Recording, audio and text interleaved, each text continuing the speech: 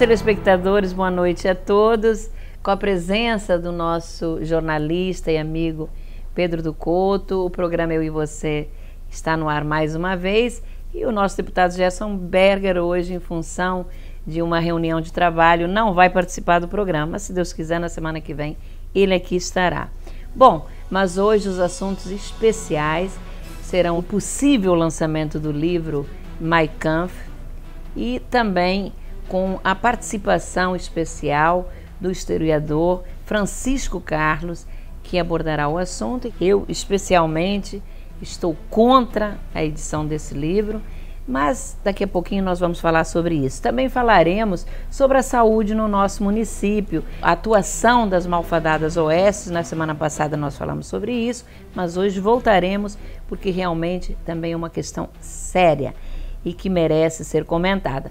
Mas vamos aos assuntos de hoje, Pedro, e eu vou já entrar num assunto que eu considero bastante especial. O IBAMA fechou o Jardim Zoológico. Na verdade, foi uma questão levantada pelo nosso gabinete. Nós vistoriamos o Jardim Zoológico e lá encontramos inúmeras irregularidades, os animais em instalações completamente inadequadas, espaços sujos, enfim, eu não vou dizer que encontrei os animais famintos, mas pelas condições, magros, eu acho que também tem a questão da alimentação. Mas agora o prefeito Eduardo Paes anuncia que vai privatizar o Jardim Zoológico e entrará, então, alguém da iniciativa privada para explorar. Mas olha, ele já deu um grande alento para quem gosta do Jardim Zoológico, que é o aumento do ingresso. Hoje ele custa R$ 8,00, pelo edital que saiu aí no Diário Oficial, passará para R$ 15,00. Quem assumir, né, a administração do Jardim Zoológico terá que fazer obras, claro, não pode ser diferente, mas é por 35 anos, imagina, Pedro. Você quer comentar alguma coisa sobre o nosso Jardim Zoológico? Esta questão do zoológico da cidade do Rio de Janeiro, Tereza, deixa o prefeito Eduardo Paes muito mal. Aliás, até você foi a primeira pessoa a tocar no assunto, a levantar a existência do problema que está se vendo é realmente muito sério. Tão sério que o prefeito agora resolveu privatizar o zoológico. Quer dizer, ele buscou uma solução na iniciativa privada, aumentando o preço do ingresso para viabilizar uma obrigação que era da prefeitura, que ele não cumpriu, os animais ficaram enfraquecidos. E tanto assim, o problema é grave que ele foi fechado. Visitantes turistas que vieram de outras cidades, outros estados, para visitar o zoológico do Rio de Janeiro, que era famoso, não é mais, se decepcionaram porque encontraram as portas fechadas. Incrível. Incrível mesmo, Pedro. Até parece que o prefeito Eduardo Paes deixou o Jardim Zoológico chegar a uma penúria total para depois o privatizar. Mas devagar com a louça, né? Aumentar o ingresso de R$ 8 para R$ 15,00 é um absurdo. Mas isso acontece com muita frequência na iniciativa privada, quando ele resolve privatizar alguma coisa e depois ele chega e pede desculpas à população porque este ou aquele serviço não está funcionando a contento. Bom, mas agora ainda vamos falar do município do Rio de Janeiro e mais uma vez vamos falar das organizações sociais. Quando nós aqui denunciamos a OS Biotech, que havia desviado mais de 48 milhões da saúde do nosso município, questionamos a prefeitura sim, perguntando como ficava esse roubo, apesar de seus donos terem sido presos e mais 6 pessoas. Logo depois estavam em liberdade, provavelmente porque pagaram uma fiança. Eu também pergunto por que a prefeitura até agora não disse como esse dinheiro será devolvido aos cofres públicos. Não adianta apenas descredenciar a OS, seus donos têm que ser rigorosamente punidos e o dinheiro roubado tem que ser devolvido, como eu já disse, aos nossos cofres públicos. Senhor prefeito, os cidadãos do Rio de Janeiro exigem uma atitude mais rígida do senhor em relação a esses gatunos, sim. Eu ia dizer que coloca um ponto final na questão, como costuma fazer o nosso deputado no final das suas falas, mas, infelizmente, não posso, pois os escândalos envolvendo as organizações sociais são muitos. Nada mais, nada menos que 8 das 10 OSs que deveriam cuidar da saúde dos cidadãos do Rio de Janeiro estão sendo investigadas pelo Ministério Público e pelo Tribunal de Justiça. E olhem que essas OSs vão consumir nada mais, nada menos que 1,9 bilhões de reais do orçamento da saúde, que será neste ano de 4,9 bilhões, ou seja, mais de 38%. Quase todas as 8 OSs usam as mesmas práticas utilizadas pela Biotech. Há sobrepreços de remédios que chegam a custar mais de 500% acima da tabela da prefeitura. Há médicos recebendo sem prestarem qualquer tipo de serviço, locação de veículos também altamente superfaturados, duplicidade de notas e até falta de recolhimento dos encargos sociais dos empregados. Tudo isto foi levantado pelos técnicos do Tribunal de Contas do município, que, digam-se de passagem, são muito bons, através da realização de 18 auditorias que apontam como principal problema a fiscalização dos contratos, que é realizada por servidores indicados para controlar o funcionamento das OS. E aí, como é que fica? Esses funcionários têm que receber uma séria investigação, saber até que ponto agiram de má fé. E se agiram, devem ser colocados no olho da rua. É assim que eu penso. Quanto aos 8 donos das OSs, primeiro eu acho que deveria descredenciar todas, substituindo-as por outras. E seus donos, minha gente, deveriam ser mesmo colocados na cadeia. Querer ficar rico à custa da vida, da saúde dos cidadãos do nosso município, aí é demais, você não acha, Pedro? Esta questão da saúde na cidade do Rio de Janeiro, como você focalizou, Tereza, é um escândalo gigantesco. Tanto assim que 80% das organizações sociais que operam a administração de hospitais públicos estão sob investigação e suspeitas já bastante intensas de irregularidades. Não podia ser de outra forma, porque o erro do projeto nem é de execução, o erro é de concepção. A prefeitura entrega verbas a essas entidades e o que acontece? As entidades aumentam a margem de lucro na medida em que deixam de atender a população, deixam de adquirir equipamentos para o atendimento médico, até esparadrapos, até seringas, até agulhas de injeção são compradas a menos e cobradas a mais das verbas de prestação de contas que deveriam ser apresentadas corretamente e não são. É preciso que o prefeito mude este panorama. Ainda é tempo para ele fazer isso no final da sua administração, falta um ano para ele passar o cargo ao seu sucessor, porque realmente é um escândalo gigantesco, repetindo, e num laboratório reduzido, o escândalo de corrupção que abalou a Petrobras do país, na área federal do país.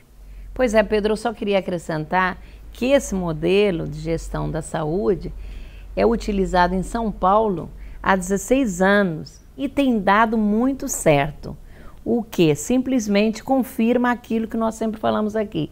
Falta fiscalização, falta seriedade, falta responsabilidade, e eu acho que isso tudo tem que partir do nosso prefeito. É assim que eu penso. Mas agora, Pedro, nós vamos passar para um outro assunto, que já anunciei, que é a possível edição do livro Mein Kampf, né, do Adolf Hitler, que parece que está para chegar às nossas prateleiras aí, mas eu ainda acho que não chegará. Pelas leis brasileiras, e é por isso que eu digo não chegará, a apologia ao nazismo é crime. Assim, que destino vão ter as 2 publicações do livro Minha Luta, em português, a serem editadas pela Geração Editorial e pela Centauro? Se houvesse respeito à lei, esse livro, que eu me recuso a chamar de obra, deveria ter seus volumes retirados de todas as prateleiras das livrarias e as 2 editoras processadas criminalmente. Afinal, no Brasil, como eu disse há pouco, apologia ao nazismo é crime. E o livro Minha Luta nada mais é que um instrumento de propaganda nazista, um manual de ideias racistas, fascistas, antissemitas, homofóbicas e a pregação mais do que aberta da eugenia. Uma das editoras sequer se dará ao trabalho de comentar, alertar sobre o conteúdo do livro, publicando o texto original, que, claro, contém as maléficas ideias de Hitler ditadas em uma penitenciária na Baviera em 1923 e publicadas na Alemanha em 1925.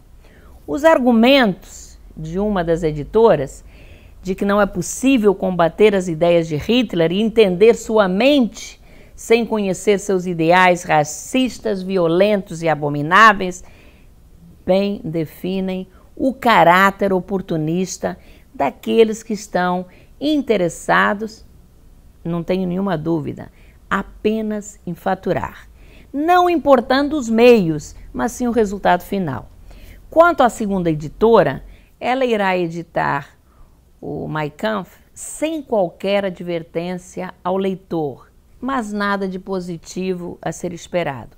Afinal, trata-se da mesma editora que, sem o menor escrúpulo, lançou o mesmo livro em 2001, quando os direitos autorais ainda pertenciam à Baviera e somente os retirou de circulação após aquele governo notificar essa editora. Será que os historiadores e pesquisadores ainda precisam desse lixo chamado de livro, que sempre esteve à sua disposição nos arquivos da Alemanha para sua análise? O mesmo podemos dizer em relação ao Brasil, que chegou a publicar o livro em 1935, na era Vargas, que inicialmente, como todos sabemos, era simpatizante de Hitler. Além disso, posteriormente, diversas obras foram publicadas em português e exaustivamente analisaram a obra do infame Hitler.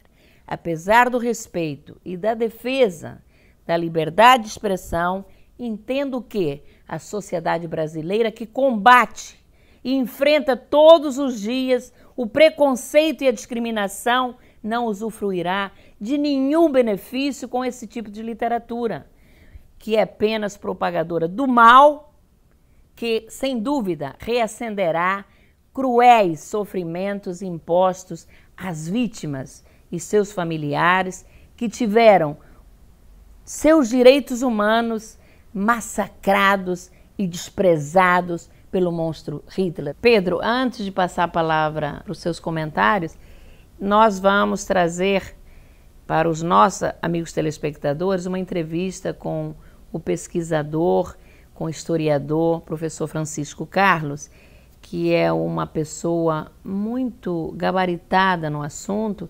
Ele fala fluentemente alemão, morou na Alemanha e se dedica à política internacional. Então, ele vai fazer uma análise para nós do lançamento desse livro e logo depois, claro, você fará a sua análise. Vamos agora à entrevista com o professor Francisco Carlos.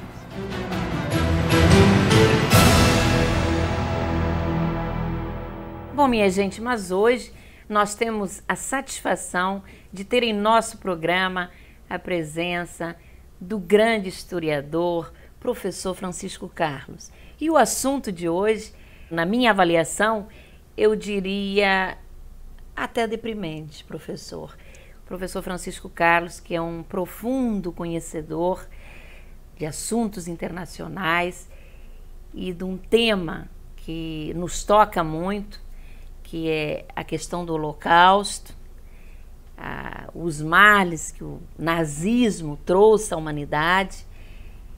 Ele hoje vai nos falar sobre a edição do livro Mein Kampf no Brasil, que eu entendo em nada trará qualquer tipo de benefício para os nossos jovens, para aqueles que se propuserem a ler este livro, que nós vamos fazer de tudo, professor, para que ele não seja editado? Como o senhor vê a edição do livro no Brasil? Olha, boa noite. É sempre um prazer enorme estar aqui, mesmo discutindo um tema como esse. Como a senhora mesmo disse, é um tema que não se precisava discutir, né? O Mein Kampf é um livro, ele foi publicado pela primeira vez em 1925. Ele foi escrito na prisão, quando Hitler estava preso, né? Tinha tentado dar um golpe, derrubar a democracia na Alemanha, dar um golpe, morreram várias pessoas. É uma obra de pura propaganda. E é uma propaganda que soma os preconceitos do fim do século XIX, da época do nascimento do Hitler, até essa primeira maturidade, essa primeira juventude do Hitler depois da Segunda Guerra Mundial, onde havia uma grande manifestação de antissemitismo, havia um sentimento de eugenia, né, de que pessoas de cor, por exemplo, negros no Brasil, nasciam sempre degenerados, nunca poderiam aprender, nunca poderiam chegar a um nível cultural mais elevado. Havia um conhecimento de genética que não pode ser comparado ao nosso. Hoje, os geneticistas mais importantes do mundo, inclusive aqui no Brasil, na nossa Universidade Federal do Rio Grande do Sul, já ficou comprovado, todas as pessoas são iguais. É o meio ambiente, aonde vive, como se educa, como se vive, que transforma as pessoas nesse sentido. Então, depois de todas essas descobertas, depois de todos esses avanços, apanhar um livro que foi editado em 1925, com todos esses preconceitos, e colocar esse livro de novo nas vitrines das nossas livrarias dessa cidade e de outras cidades do Brasil, me parece um crime, né? Não há nada no Mein Kampf, A Minha Luta, no título original, que seja um documento histórico no seu sentido lato. Pois é, professor, esse livro ele chegou a ser editado em 1935, na era Getúlio Vargas, não é? Que era um apreciador do Hitler, do nazismo. E por que o livro, na época, foi retirado das prateleiras? Na verdade, ele foi feito uma tradução pelo Frei Piapina, né, um homem fascista, conservador, muito reacionário, muito ligado ao movimento integralista e à Igreja Católica no Brasil. E depois que Getúlio Vargas começa a levar o Brasil para uma ditadura, ele teme que os partidários do fascismo do Brasil, os integralistas, quisessem transformar o Brasil numa espécie de Alemanha. Então ele queria acabar com a propaganda alemã aqui dentro do Brasil. Quando ele dá o golpe de Estado, Vargas, em 1937, e estabelece o Estado Novo, ele já proíbe todos os partidos políticos, inclusive os integralistas e a propaganda nazista. Professor, nós sabemos que a apologia ao nazismo, a apologia ao racismo, são crimes inafiançáveis. Nós já estamos vendo a possibilidade, inclusive entregamos para um advogado, da gente evitar que este livro possa ser editado no nosso país, porque nós temos a certeza que ele poderá trazer males, principalmente a formação dos nossos jovens e até mesmo aqueles que, por uma certa curiosidade, ainda acham que devem conhecer quem foi esse monstro da humanidade. Sem dúvida. Eu chamaria a atenção do movimento negro. O movimento negro tem que se associar a essa luta, porque entre os povos que são considerados inferiores e prontos para o extermínio estão os negros. Um dos primeiros grupos exterminados na Alemanha foram chamados os negros do Reno, que eram os filhos dos soldados franceses coloniais negros com prostitutas alemãs. Esses 1000 e poucos meninos foram todos exterminados por Hitler. Eu queria chamar a atenção também do movimento gay, Quer dizer, o movimento gay que teve 70 mil gays mortos nos campos de concentração tiveram a vida arrasada, foram maltratados, foram espancados, perderam tudo, eles não podem ficar calados perante um processo desse tipo. Nossos amigos, né, testemunhas de Jeová, que foram massacrados, eles foram decapitados, porque eles eram alemães, não eram colocados em câmaras de gás, eles foram decapitados. Os ciganos que foram chacinados, né, também a partir dos ensinamentos do Mein Kampf. Todas essas até populações, deficientes físicos, muito bem lembrados, a Operação Tiergarten 4, TO4, foi uma operação que levou à morte de centenas de milhares de deficientes físicos. Esse livro, ele propõe exatamente esse tipo de coisa. Professor, nós vemos no mundo hoje, inclusive no nosso país, a direita crescendo muito. Como o senhor vê o papel deste livro na situação atual do mundo? Vejo de uma forma muito negativa, inclusive uma certa confusão, como se os judeus fossem responsáveis por um segundo genocídio ou coisa parecida, e querer justificar o Holocausto pela atual situação que existe no Oriente Médio e existe no Estado de Israel. Isso é uma grande tolice, porque, na verdade, não tem nenhuma instituição mais genocidária hoje do que o Daesh, né, ou o Califado Islâmico. Mas se nós apanharmos aqui na internet, numa pesquisa simples, fácil de fazer, a quarta entrada para o livro Mein Kampf, que está perfeito em português, pertence a uma instituição chamada Rádio Islã.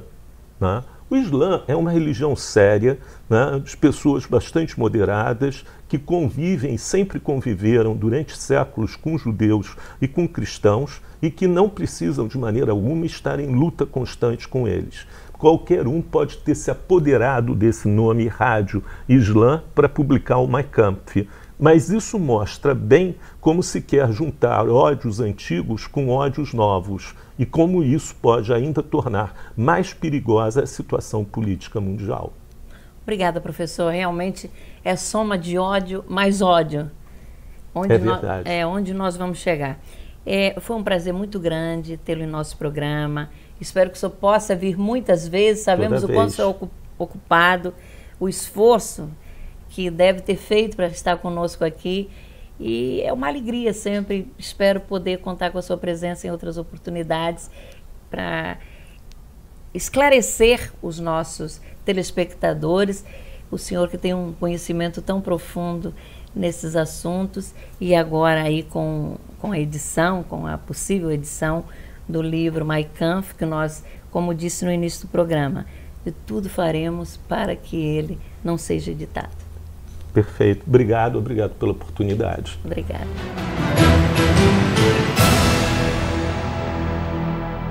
Bom, Pedro, tá aí a entrevista com o professor Francisco Carlos, que é sempre um grande colaborador do programa, enriquece o programa com o seu conhecimento e se apresenta de uma forma tão clara, não é isso? Perfeito, sem dúvida nenhuma. Tanto você quanto o professor Francisco Carlos colocaram a questão muito bem, sob o prisma ideológico, sob o prisma social dos efeitos do livro. Esse livro, Minha Luta, é tão imundo quanto o seu autor. Tanto é que os dois habitam no esgoto da história. E agora, 70 anos depois de liberados os direitos de edição, editoras, inclusive brasileiras, não só brasileiras, mas em vários outros países, mas nós vamos referindo ao nosso, resolveram reeditar a obra.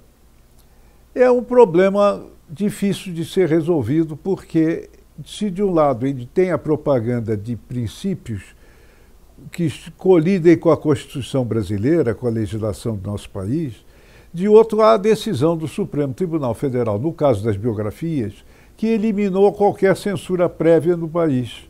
Tanto é assim que o advogado Ari Berger está recorrendo ao Supremo Tribunal contra exatamente a divulgação, a reedição da Minha Luta no Brasil. Se há o recurso, é porque há o obstáculo à proibição dela, senão não haveria o recurso. Em outros países ela foi interditada, na Rússia, na Holanda, por exemplo. Na Alemanha acho que não. Na França até agora não tem notícia. Na Inglaterra também não. Mas o problema é brasileiro. E você terá que ser decidido pelo Supremo Tribunal Federal ao apreciar o recurso do advogado Ari Berger, filho do nosso deputado Gerson Berger. Olha, Pedro, a família Berger está unida e muito unida nessa questão de impedir que esse lixo, que eu me recuso a chamar de obra, seja editado. Quero que seja no Brasil inteiro, mas já no Rio de Janeiro, o Gerson vai apresentar um projeto de lei na Assembleia Legislativa e eu na Câmara Municipal, propondo que seja proibida a edição desse lixo, como eu disse há pouco, aqui no nosso estado e no nosso município. Quanto ao Ari Berger, claro, esse recurso dele ao Supremo é da maior importância e você colocou muito bem a questão das biografias, não é? Agora, caso o recurso do doutor Ari não seja aceito pelo Supremo, ainda existe a possibilidade do direito de resposta. E quem formularia esse direito de resposta? Obviamente, todos aqueles que foram vítimas desse monstro que foi o Hitler. Então, eu acho que estão aí os homossexuais, estão aí os judeus, que perderam 6,5 milhões de irmãos em campos de extermínio, estão aí os ciganos, estão aí os deficientes físicos, todos, e os negros também, todos vítimas desse monstro. Então, eu acho que no nosso país, esse livro nojento não pode ser editado, é assim que eu penso. Bom, minha gente querida, nós chegamos ao final do programa. Muito obrigada, Pedro, mais uma vez, pela belíssima participação no programa. A você, amigo telespectador, o nosso agradecimento muito especial. Lembrando que, se você quiser assistir o programa, quiser dar a sua opinião sobre este programa, é só acessar o site www.teresaberger.com e até a próxima semana, às 11h30 da noite, com a presença do Pedro mais uma vez e do nosso deputado Gerson Berger com a sua famosa historinha. Até lá!